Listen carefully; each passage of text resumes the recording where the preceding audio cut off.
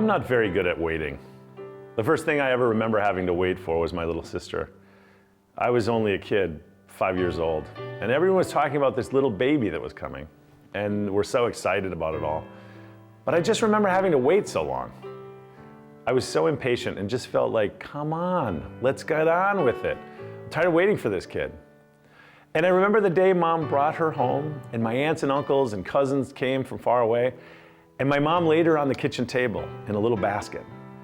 And we were playing, and we'd run into the kitchen and look at her, and then we'd run back outside and play.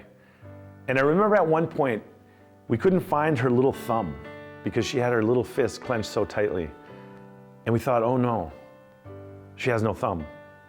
And my mom came in and she opened up her hand and found it, and we went out to play again. And I remember people saying, and me feeling too, the baby's finally here. And that was great. And it was late March, and the very next day, I bet I started waiting for something new. The Easter bunny, probably. And probably with plenty of impatience for that too. But I was just a kid, and I wasn't very good at waiting. You know, I've been waiting for one thing or another ever since. The fact is, we spend most of our lives waiting for something to happen.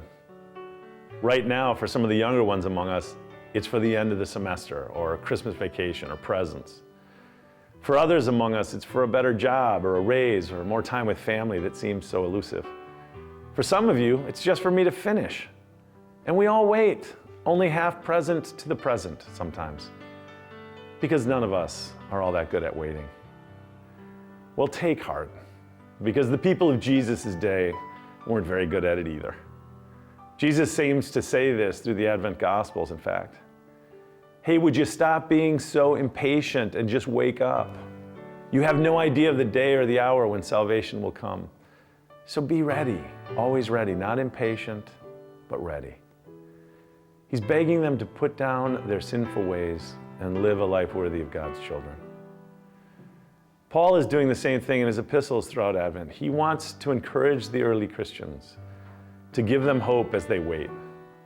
And he's doing this encouraging because he knows that they are a people stuck between the times. Their salvation has come, and yet they're waiting for Christ to come again. And they are stuck somewhere in the middle, stuck in sinfulness and self-indulgent impatience, only half present to the present. And you know something? We're stuck between the same times. Stuck between the salvation Jesus brought us 2,000 years ago and His coming again in glory. And stuck in our waiting in some of the same sinfulness and in the same darkness. And part of what Advent does for us is remind us of who we are. We are people in waiting. St. Paul is encouraging the early Christians and all of us who wait, just as Jesus was before him. We must be blameless and ready, and we must be awake, living as if we are already in the light. It's as if to remind us that we are, while waiting, still saved children of light. And He's begging us to live in the faith and the hope and the love that we know through Christ Jesus. So let's spend this Advent, indeed, let's spend our whole lives in a vigil of joyous anticipation, that we might be ready when He does come again.